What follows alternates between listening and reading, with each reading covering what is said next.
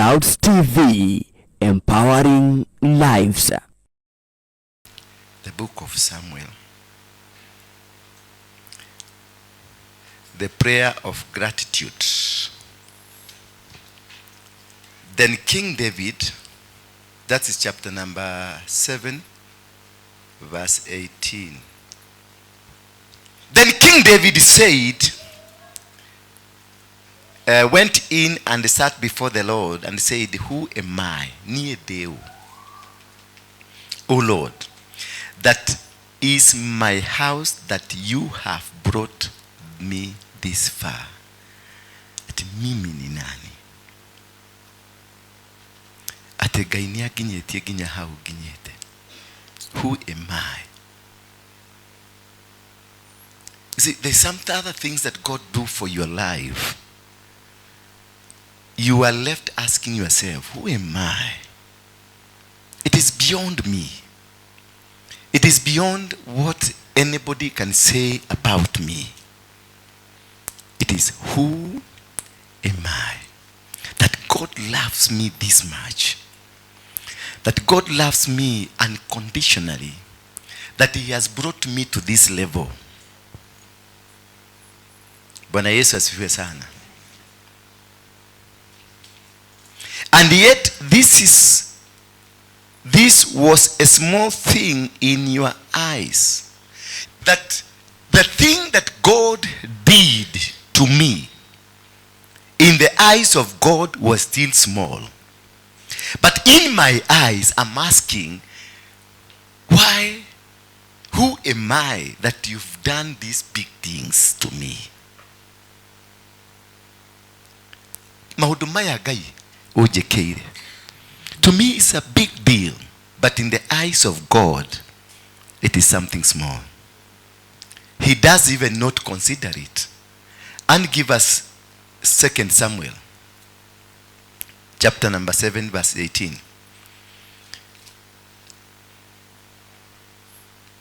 And yet this was a small thing in your eyes, O Lord God.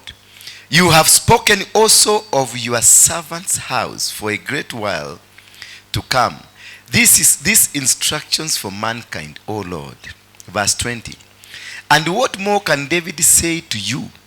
For you know your servant, O Lord God, because of your promise and according to your own heart, you have brought about all this greatness to make your servant know it. Sometimes we live in a life that you may be thinking or looking at yourself, you see it's like you are valueless. You look at yourself, you see like you don't qualify. You don't match. You don't make. But still God has a room of blessing you. Still God has a room to say something about you. When you look at your education, there are people who are more educated than you. When you look at the qualification, there are people who are more qualified than you. When you look at the surah, the physical look, there are people who are beautiful. There are people who are handsome than you. Better than you. But still God has time for you. He has a reason to walk with you. He has a reason to be with you. He has a reason to bless you. Why me? You ask yourself questions. Why me? There are people who will have wanted to live. They deserved to live longer. But God denied them that chance to live longer. And instead, those who did not deserve the position to live longer, God gives them a grace. Until you ask yourself, why me? Have you ever been into the position of asking yourself, why God? This is so gracious. This is so wonderful. that you've continuously blessed me despite my shortcoming, despite me being not valued to be that person that deserves what you are giving me. There are many people who are better qualified than you, who are better at the look of things. They deserve what you have now. But you look, they have been denied what you have now. It has been given to you. Why will God be so gracious to you? Why will God be so observative to bless you? Is there a condition? Is there a reason for you to receive the blessings that you have? Because sometimes you feel like things are not working in your life. But when you look at other people, you find they are better 100 times than you. They are more qualified. They are more desire. You see, there's somebody who was asking God to give him shoes. And God decided to give him shoes. But again, God, before he was given the shoe, he was passed through Kenyatta Avenue, where then there were people who didn't have legs. Him he was asking, was complaining that I need a shoe. I need a shoe. But God decided to take them through where there were people that they were not looking for shoes, they were looking for legs. When this man was passing by, he told God, I don't need shoes. First of all, deal with this. They don't have legs. Me, I am walking. It's only that I don't have a shoe. But this person is not even walking. And you hear this person that is not walking is more educated. He is more placed in position than you. But he doesn't have the legs. You who is not even educated, who you don't even go to church, you are a changa dealer, you are a bank smoker. God has given you legs that can even walk in the rough roads, and it's not painful. Kutokana na yale tuliyosikia, wewe Mwenyezi Mungu ni mkuu. Hakuna aliye kama wewe, na hakuna Mungu mwingine ila wewe. Sio kwa sababu kuna vitu ametufanyia, lakini upendo ambao ametupatia ni upendo wa ajabu. It is something that is beyond that. You are seated here. Yes, you have a challenge of life, but you are still breathing. You have a challenge of life, but there are people who are lifeless somewhere. You have a challenge of life, but there's people who cannot enjoy the privileges of what you are doing. That's why we thank God. We say, thank you, Father. Thank you for the greatness. Thank you for the love. Thank you for the life you've given me. Thank you for what you've done to me. Because this God is amazing. There is nowhere he had a contract with you that this far you are going to live, this far you are going to be, this far you are going to become. No.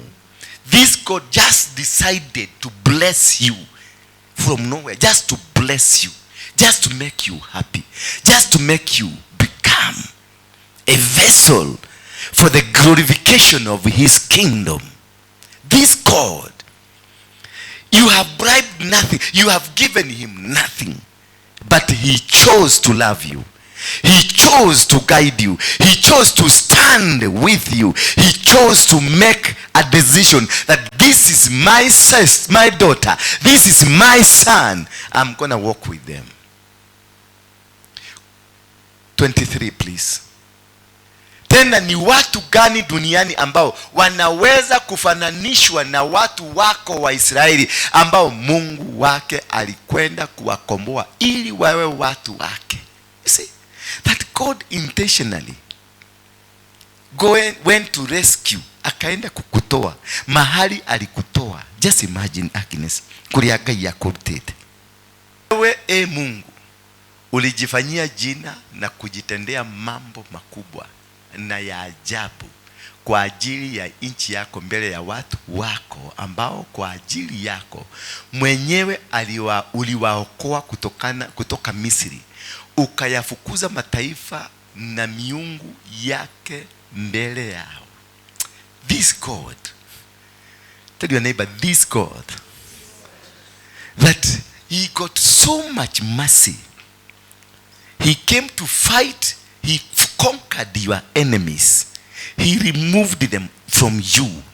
And nakavunja miungu ya wao watu waliokuwa wameshika mateka wana wa Israeli. Yeye mwenyewe, and he went himself to go and rescue you. When everybody knew that you are not going to make it, when everybody knew that you are not going to succeed, this God, can you tell your neighbor, this God that knows you irrespective of what kind of a person you are. Look at how wretched you are in terms of faith. Look at how down poor you are in terms of understanding the word of God. But still he is calling you the son, the daughter, that you are a daughter, that you are a son in the kingdom. This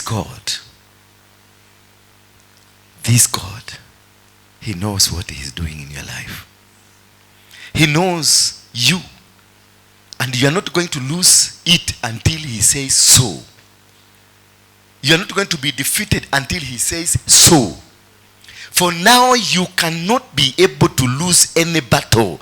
You cannot be able to be distanced from anything. You cannot be able to be contained into somebody's cocoon.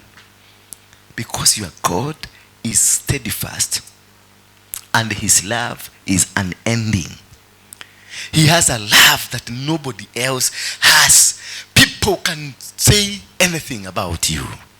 People can say anything to bring you down. But God cannot bring you down. God cannot neglect you. God cannot refuse to understand you. God cannot refuse to walk with you. This God is a mighty God. He doesn't look at qualities that you have. He doesn't look at the kind of education you have. He doesn't look at kind of the face that you have. He doesn't look at what kind of a man you are or which kind of a family you're coming from. He just looks at you, a meal in the same table in your honor, so that they may be able to see how this God knows how to balance things. So when you think you are sick, you are not sick. Could it be it is a table that will bring your enemies closer to you? When you think that you have been neglected, it could be it's not a neglect. It could be a table that attracts the enemies to come. When you think you have that challenge, it could be a table. The table to bring these people. Because before God opens up a blessing door, he prepares a table. So that when he lifts you to the next move, this table will be available to announce you to your enemies. Despite of you looking down upon this person, he has been promoted. He is not an ordinary person. He is a person who is beyond. Bwana asifiwe sana. So this God is an amazing God. A God that never fails. A God that never brings any confusion. He says, I am not a man that I should what? Lie. He is not author of confusion. But he says, I will never forsake you, nor leave you. So anything that happens in you within this time, it is because he has allowed it to happen. Because he said, even if you walk the valley of the shadow of death, I will still hold your hand, that the death will not overcome you. And if it comes, it did not come because it is a death. It came because it was the end of your journey. To begin a new journey with him. Because you are in a journey with the people. Now he chooses to create a new journey with him. And a new journey that is full of his grace. Full of the love of God. A journey that you will never be looked like you are a failure. He walked with the children of Israel despite their iniquities. They were full of iniquities. They were worshipping idols. They had gods. You have not had a god. Them they had built gods in the form of calves, cows, donkeys, mountains. They were worshipping those gods. That despite these people being in positions of not understanding the God they are worshipping, still God will shower a blessing upon them. Today I want you to go with this message home. That which you think is a problem in your life, it is not a problem. It is God preparing you for a Joseph anointing. It was not that people hated you. They did not hate you. They were supposed to be isolated from you. And therefore, a spirit of hate will be sent so that they will hate you and cast you out. David, God knew before he was born that he will become a king. So he prepared him to become a king. How did he prepare him? He prepared him to become a king by the way he was born. David was not born in the right way. David was not born the way people would have wanted him, the way you would have wanted to give birth to your son. David was born of an act of prostitution, in quotes. Because David's father, Jesse, never believed David was his son. But when this housemaid, the house girl, who was to be married by Jesse, because Jesse was not happy with the wife, and it reached a time this wife must go, and he was in love with a house girl. That is a family of prostitutes, indeed. Isn't it? You pick a house girl and they say, Mama utatoka, this is the one to take over you. Na dunia inaputulia vizuri. Si ilikuwa mzuri. Kana utiadia gagau. Ogatia kwa morora. Ai querida kabya we. Kajuga yoko dikoya ana rogano. Yoko dikoya korea go dikoya. Praise be the name of God. David was not born by his father Jesse in quotes. Because when the house girl heard this wife is being chased away and she will not have any other time to be with her husband, the housemaid went and sympathized with the wife of Jesse. And they told the wife of Jesse, because today it is your last day to sleep in this house, what we will do, I will plan with you. Before you go, at least you enjoy it for the last time. It was a good plan, sympathetic plan. I am sure huyu mzee alikulishwa kamuratina, because can you now imagine you are with this woman but you are so confused, you don't know this is not the woman I think. So the mzee was given kamuratina and the mzee was drunk. Then this woman sneaked in. After she sneaked in, the mzee was told, come for heavenly appointment. The mzee did what he did. He didn't know, he didn't realize in the house girl. Sio mtu alikuwa mlevi. Huyo mzee alikuwa mlevi. Kwa hivyo watu wakamunyweso. Mnaona shida ile mnaweza kuleta dunia hii. Then Jesse slept with his own wife, impregnated his own wife, courtesy of a plan by the housemaid. And the wife became pregnant that time. What a coincidence. When God has a plan for you, things will happen in a manner that you don't understand. Because this is a coincidence. For the rest, many years they have lived together. No seed had been germinated into or been implanted in this woman. They were just there.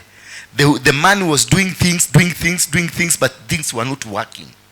Until when a plan of God was initiated. Until when the plan of God will be initiated into what God wants to do with you. That is the time your breakthrough will begin. Until the time. You will never receive a blessing before the time, the season, before it is ripe. Because it was only once in the night by a drunkard man David was produced. As a result, Jesus was produced.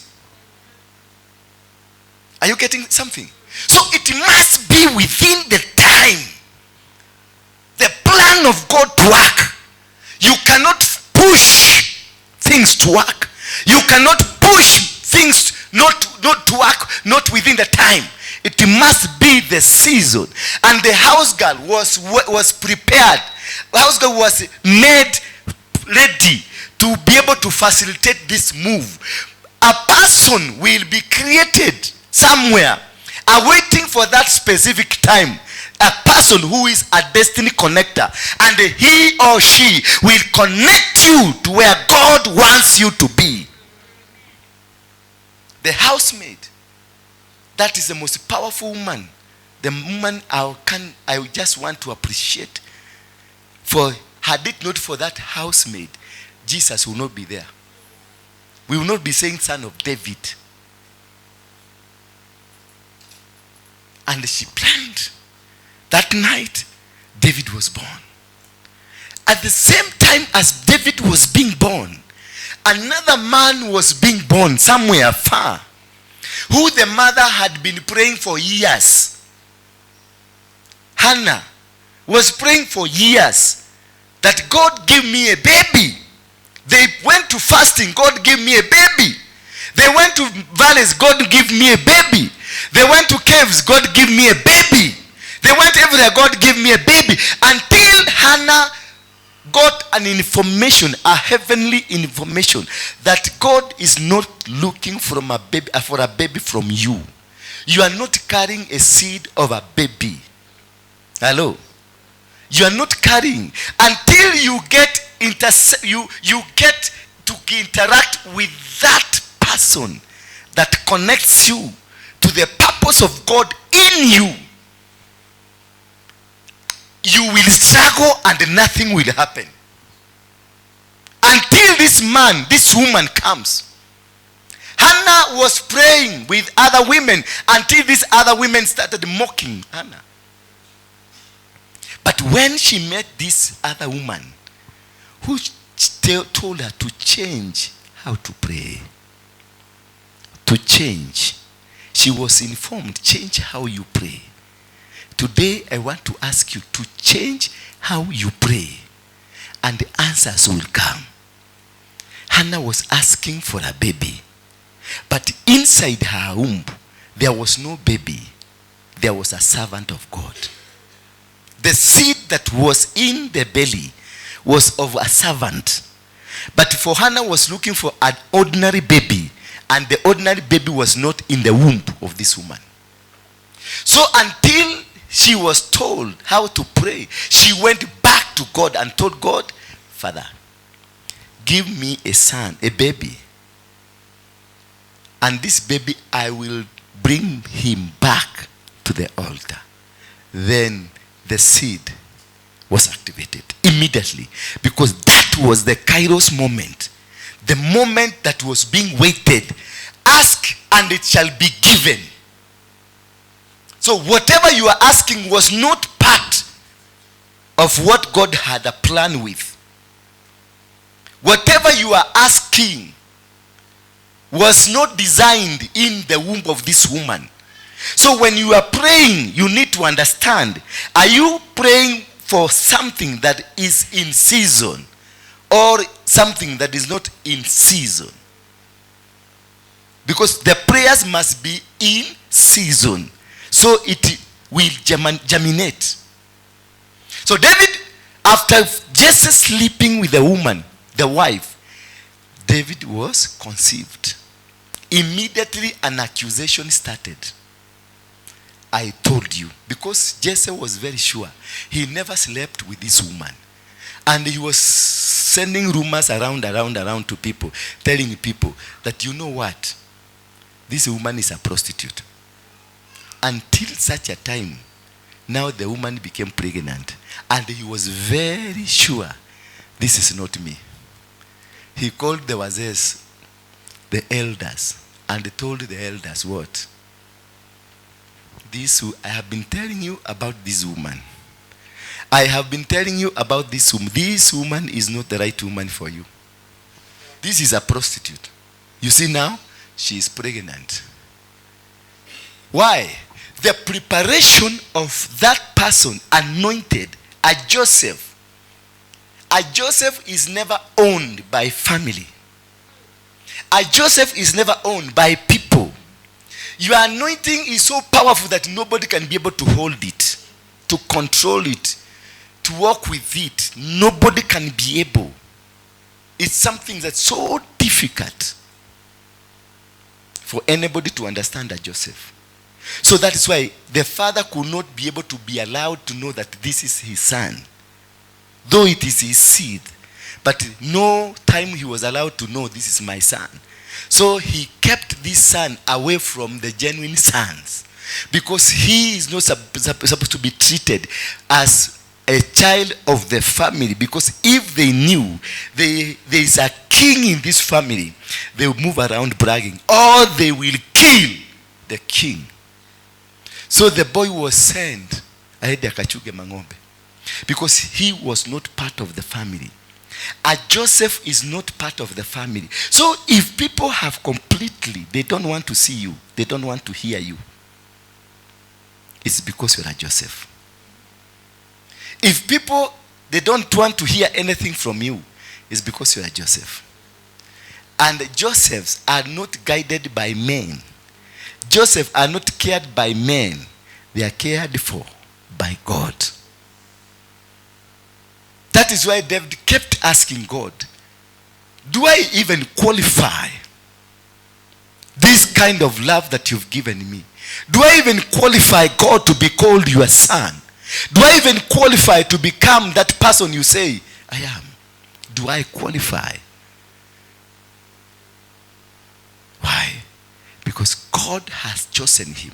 That is why a Joseph is not qualified. He is qualified by God. A Joseph is not qualified by men, nor you don't qualify yourself.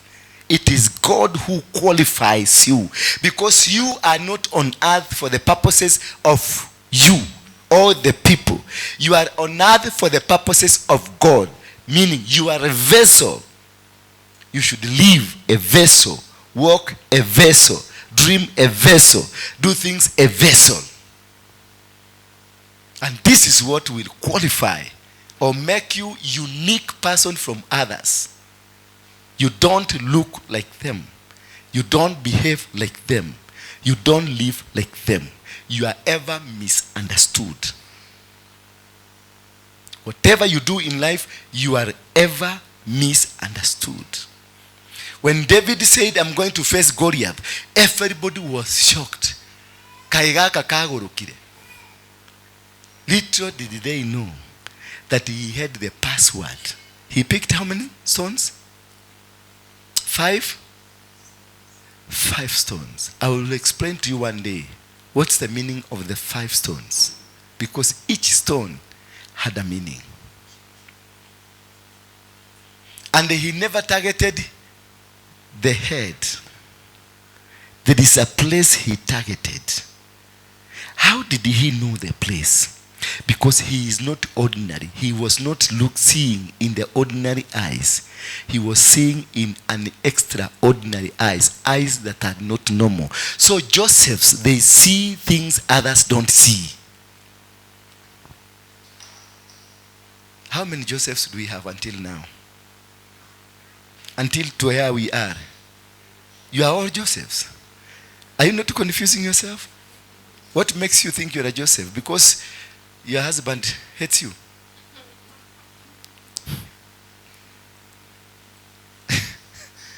Yeah? Is it because your husband hates you? Wow. Verse number 24. Let's get verse 24, please. And you established for yourself your people Israel to be your people forever. And you, O Lord, became their God. He established himself. Not the people went to God. Himself he established. Hata umewaimarisha watu wako wa Israeli kwa ajili yako. Amewaimarisha. He established. So it is not we who prayed. It is not who went for fasting and whatever. He just decided, these are my people. And he just decided, let these people be mine. And he walked with them. Ili wawe watu wako milele. Nawe Mwenyezi Mungu umekuwa Mungu wao. That says he established these people that they become his people forever. So when you are picked by God as a Joseph, you are owned 100% by God. You are owned. This is the purpose I'm saying. You are born for a purpose. And what was the purpose of Joseph? How many of you knows the purpose of Joseph? Please, your hands up quickly. The purpose of Joseph. Yes?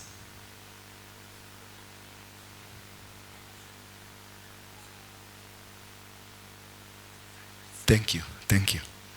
His sole mission of all things that are happening, the meaning of being given dreams, the meaning of even being given that you are going to go and become a prime minister.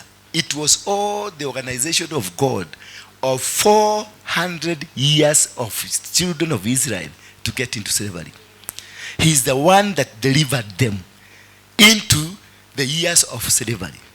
So Joseph's sole agenda on earth was to accomplish the prophetic word given to Abraham. So any prophetic word in your life will come to be fulfilled. God will organize everything, anything that is required for you to reach there. It will look confusing. It will not look like it is. It will not look like this is the plan of God. It will look completely confusing. But you will go round, zigzag, manyogodanyo, manyogodanyo, manyogodanyo.